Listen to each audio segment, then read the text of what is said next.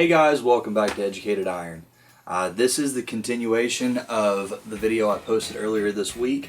I want to use this as a time to answer questions that you all had about specific supplements, any kind of chemical that isn't a supplement that you take or have taken.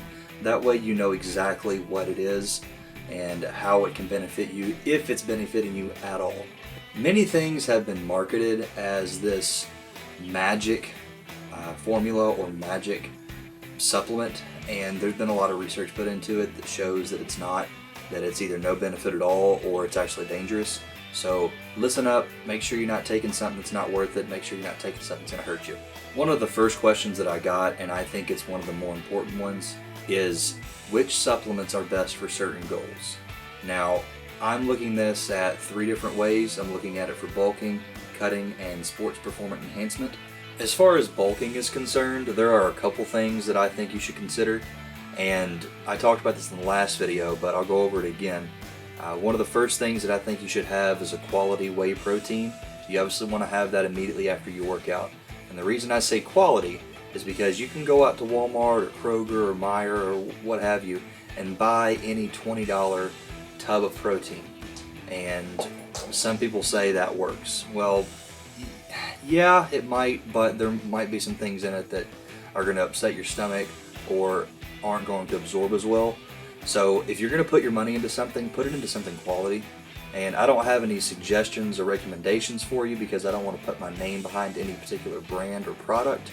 But myself, I take Dimetize ISO 100, and that's just because it tastes good. It's got very little sugar in it, and I think it's a really good quality protein. The second thing I think you should have is a BCAA supplement, and a lot of people think that BCAAs are only for cutting. I don't think that's necessarily the case. BCAAs have both anabolic and anti-catabolic properties, and if you go online and do some research, you'll see what I'm talking about. The next thing I think you should have is a good casein protein. And if you don't know what that is, I'm going to talk about it later on in the video. But the reason I say casein is because a lot of people don't pay attention enough to the later part of their day, especially right as they go to bed when it comes to calorie intake or when it comes to diet at all. And casein is actually going to help that fasting period while you're asleep. And we have to really pay attention to how the body actually processes calories, especially as it's sleeping, for muscle repair. And casein is going to allow us to repair muscle through a longer period of time without cutting into energy stores. The next supplement I think you should really consider when bulking is creatine. Now, don't get upset just because I said creatine. It's not the magic drug that everyone makes it out to be, nor is it the evil supplement that everyone makes it out to be. It has benefits, and some of them have been perpetuated for so long that people think that it's a steroid. Creatine is not a steroid. Creatine and steroids share nothing in common. They don't have any structural or functional similarities at all. Steroids are derivatives of the sex hormone testosterone. Creatine is a natural supplement found in meats. The only thing we're doing when we take creatine is adding that already existing supplement into our body. The next thing I think you should have is some kind of fatty acid supplement. Now, be that a fish oil or krill oil or flaxseed or chia, something along those lines that's going to give you a fatty acid complex.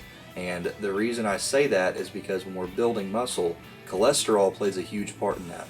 And having that healthy cholesterol, that healthy fat in our body is going to really help build muscle, help repair it, help build it. The last thing I think you should have when it comes to bulking is some kind of multivitamin. And Muscle Farm actually sells one of the best ones I've ever seen as far as the ingredients and what's in it, and that's called Armor.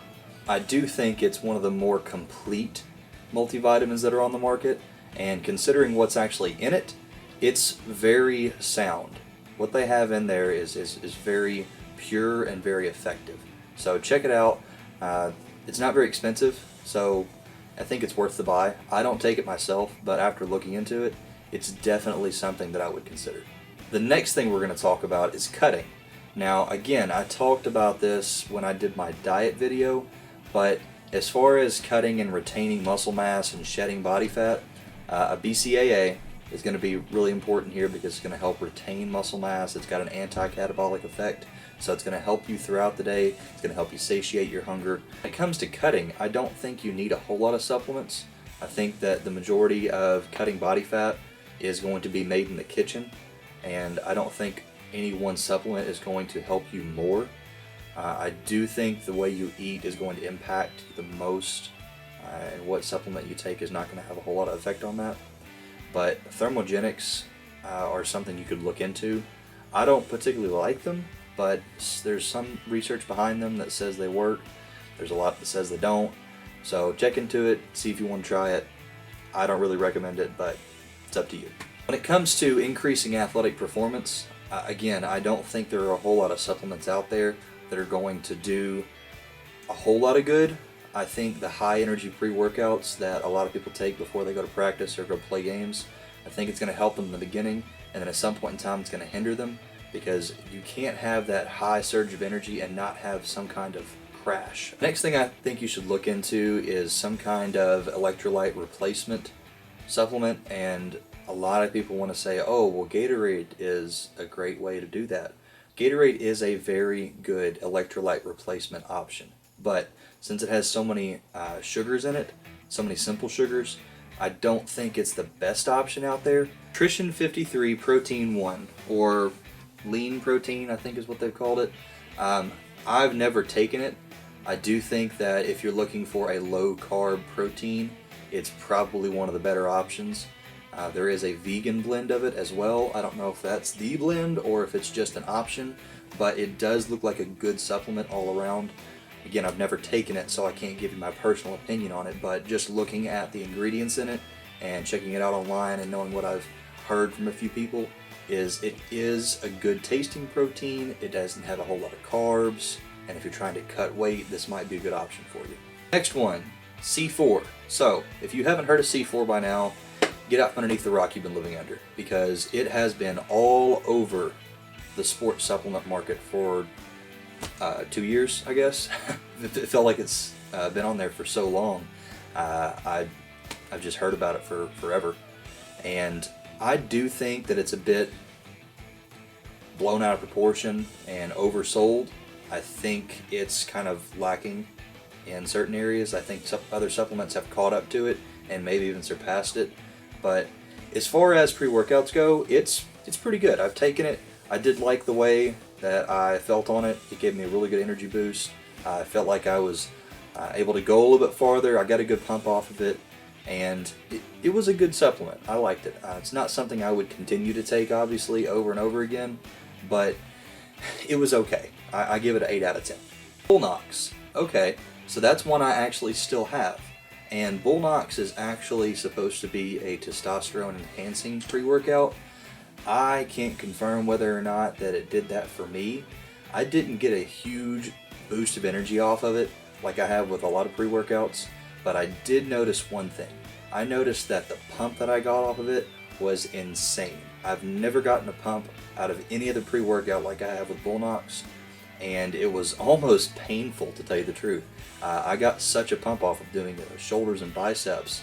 I had to stop about halfway through my workout and give myself a break.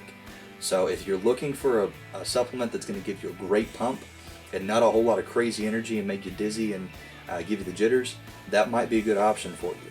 Look into it, see if it's something you want to try out. Dimethylalanine, or DMAA13. So whoever posted that knows exactly what they're talking about. DMAA13 is a very high energy stimulant chemical. It's very similar as far as chemical structure goes to that of an amphetamine, and I'm pretty sure it's been banned in the US for use in sports supplements. Don't quote me on that, but I do know that it had a lot of issues a little while back with it being used in combination with alcohol as a party drug, and it's got a lot of research on it right now that shows that it can be very dangerous if taken in large quantities or if it's abused. When abused, this can be a very dangerous chemical. Please be safe. It's been known to cause fast and irregular heartbeats, high blood pressure, and brain hemorrhaging. So this is obviously something that is very effective. It does what it's supposed to do. It gives you insane energy, but I don't think the benefits outweigh the risks. There are too many things that can go wrong when taking this stuff, and I don't even think that covers abusing it. I think it's just taking this in general can be dangerous. Creatine was one of the more highly requested supplements I talk about, and for good reason. There's been a lot of controversy around this specific chemical. A lot of people want to either condemn it or praise it, overly praise it, I might add. Like I said before, it's not a steroid. They share no functional or structural similarities. Creatine doesn't even act the same way as a steroid does, so please put that out of your mind as a worry. If we look at creatine on a molecular level, we actually see where it kind of comes into play. And if you know anything about muscle cell respiration, we know that ATP is what's responsible for creating the energy that we use for muscle contractions and any kind of activity for that matter. And when we use ATP, we actually break a phosphate group off the end of it, and that changes the chemical into ADP, which is completely useless when it comes to utilizing it for energy and for muscle contraction. The belief is creatine, or supplementing creatine into our diet, is very beneficial, because when ADP is created, creatine phosphate, or PCR, is what we're going to use to resynthesize ATP. So that's what's actually going on. Creatine doesn't build muscle. It just allows you to create more energy and do more, which in turn is going to help create muscle, but it does not act on the muscle directly. It works via energy pathways. So that should put all doubt out of your mind that creatine is a steroid. When it comes to figuring out how much creatine you need to take on a daily basis, the range is 5 to 15 grams per day, and depending on how much you weigh, dictates on how much you should take. Now, I'm not going to sit here and tell you per pound of body weight how much creatine you should take. There are some charts online and some calculators online that you can go and see the exact amount, but I will say that if you are a lighter person, 5 to 8 is probably the better option. If you're hovering around the 200 mark, 8 to 12 is probably good, and then if you're 250 and above, or around my weight, 230, I think 15 grams, 12 to 15 is probably the better range for you. But again, that's just my opinion. It's all anecdotal. Don't take this as scientific fact. This is just my take on it. Like I was saying before, people either want to condemn or overly praise creatine, and I don't think either is necessary. I think seeing both ends of the spectrum is completely necessary when it comes to seeing the benefits and side effects of any kind of supplement. So a lot of people have said for a long time that creatine causes liver and kidney damage, and there's no research at all, no conclusive research to prove that that's the case. Now, what they're trying to prove here is that creatine does increase the amount of water that's held by the body, by the muscles in particular, which also people have said it causes dehydration. Again, no, it doesn't. Water is just being utilized in different areas. But they're saying that since so much water is being pushed into the muscles, less is being filtered, so that can cause kidney damage. But there has been no research that actually shows that creatine causes liver or kidney damage. But I do suggest that you increase your water intake with any kind of supplement you take. Doesn't matter if it's creatine, doesn't matter if it's pre-workout, doesn't matter if it's just multivitamin. You should be drinking more water as it is, because I can almost guarantee most of you aren't drinking enough water every day. What is my favorite pre-workout? I don't have one. I try to rotate between about, I think right now I have 5, and that 5 always changes. I am trying to discover new supplements as I go along. I want to see what's out there, what's better, what's worse, obviously. And like I said, I don't have any one favorite pre-workout, but I would have to say that I have an all-time like 5 favorite list, if you will. Jekyll and Hyde, the original Jack 3D, the original Rhino Revolution, and just recently added to this list is the supplement that I'm just now taking, which is Psychotic by Insane Labs, and I think it's great. I don't think it deserves a whole lot of praise just yet because it's fairly new, but I don't think it's getting enough attention. And maybe it's because that supplement company is not very well known, or maybe just other things are overshadowing it. But I do think that it deserves more recognition. It's a good supplement, or at least that's what I've seen. I add Hyde and Jekyll onto my list because, yes, they are two different supplements. They're very complementary. Jekyll is more of a laser-focused pre-workout that's going to help you cut through any workout you go through, and it really is that. It's laser-focused, and I've thoroughly enjoyed it. I'm taking it right now with my cycle. Hyde is a completely different supplement. It's going to make you want to break through a concrete wall and go deadlift something. And obviously I add Jack 3D onto my list because, well, it's Jack 3D. Enough said. That pre-workout was amazing. Really sad to see that it was taken off the market and had to be reformulated, but for a good reason. It had some stuff in it that could really damage you. Alright guys, that's all I've got for you. I really appreciate the communication that we've had going on this week. I like communicating back and forth with you. I like knowing what you want to learn about, and ultimately that's what this channel is about. It's viewer driven, it's viewer based, so whatever you want to see is what I talk about. So please keep that up. Please let me know if you like these kinds of videos. I like communicating back and forth with you, and I like this kind of video. I like being able to sit down and read stuff that you all have asked. So I think I might do this once or twice a month in the future, just so that we can sit down and talk about specific things. So please keep that communication up.